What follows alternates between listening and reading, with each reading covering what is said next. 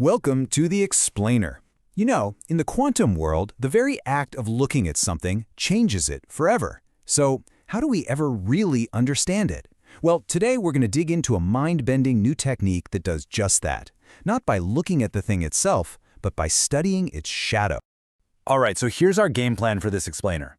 First, we're going to face a problem that seemed basically impossible to solve in quantum physics. Then, we'll dive into this brilliant new idea of casting shadows to learn a system's secrets. And this is the cool part. We'll look at the actual lab results that show it works, and finally, we'll break down why this is such a huge deal.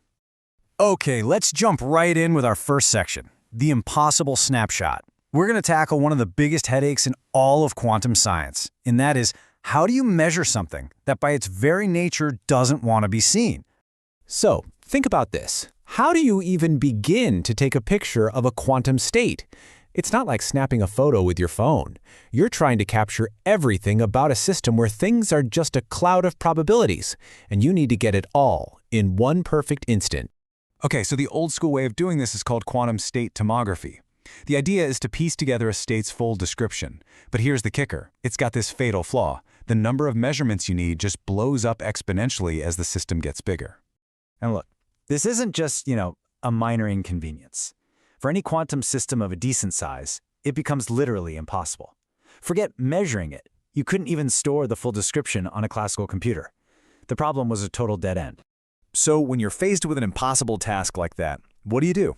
Well, researchers asked a totally brilliant question. If we can't see the object itself, what can we learn from its shadow? And that simple shift in thinking led to a massive breakthrough.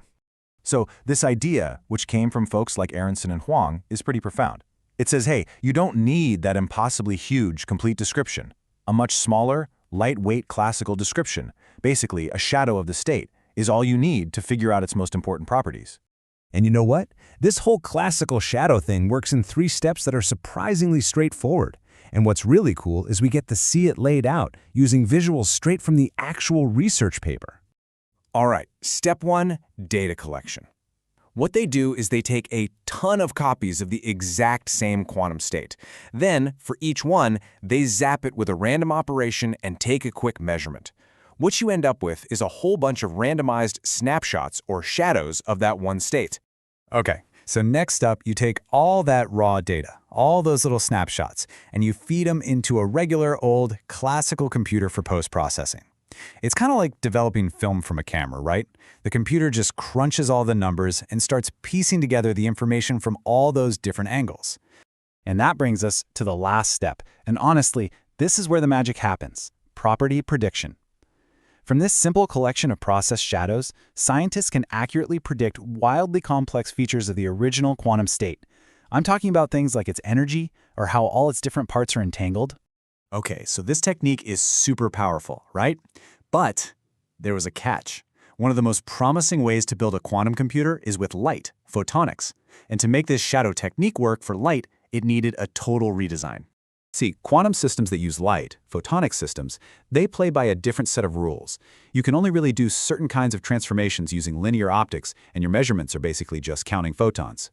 These special rules meant the original shadow method just wouldn't work. It had to be completely re-engineered from the ground up.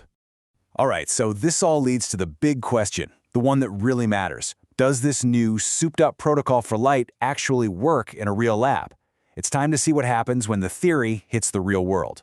So researchers put this thing to the test. They used real quantum processors, which they named Acela and Bolinos. And this is what I'm so excited to show you. We get to look at the actual images from their experiment. This is the proof, right here in the data. Okay, check this out. This is just awesome. It's direct visual proof of how well this works. So on the left, you're seeing a property of the actual quantum state, the real deal. And on the right, that's what they predicted just from the shadows. I mean, look at that.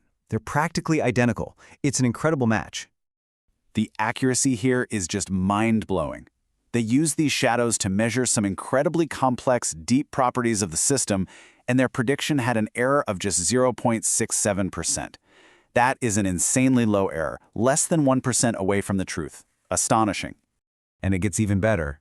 The shadow had so much detailed information packed into it that they could do something that sounds like science fiction. They could figure out or reverse engineer the exact quantum circuit that created the state to begin with. and they nailed it with 96% fidelity. That's just wild.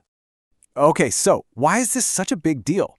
This isn't just some clever little trick they figured out in a lab. This shadow technique has really powerful, far-reaching implications for the entire future of quantum technology. I mean, think about it. Having an efficient way to see what's going on inside a quantum state, that is a total game changer. It helps us benchmark our quantum devices to see if they're even working right.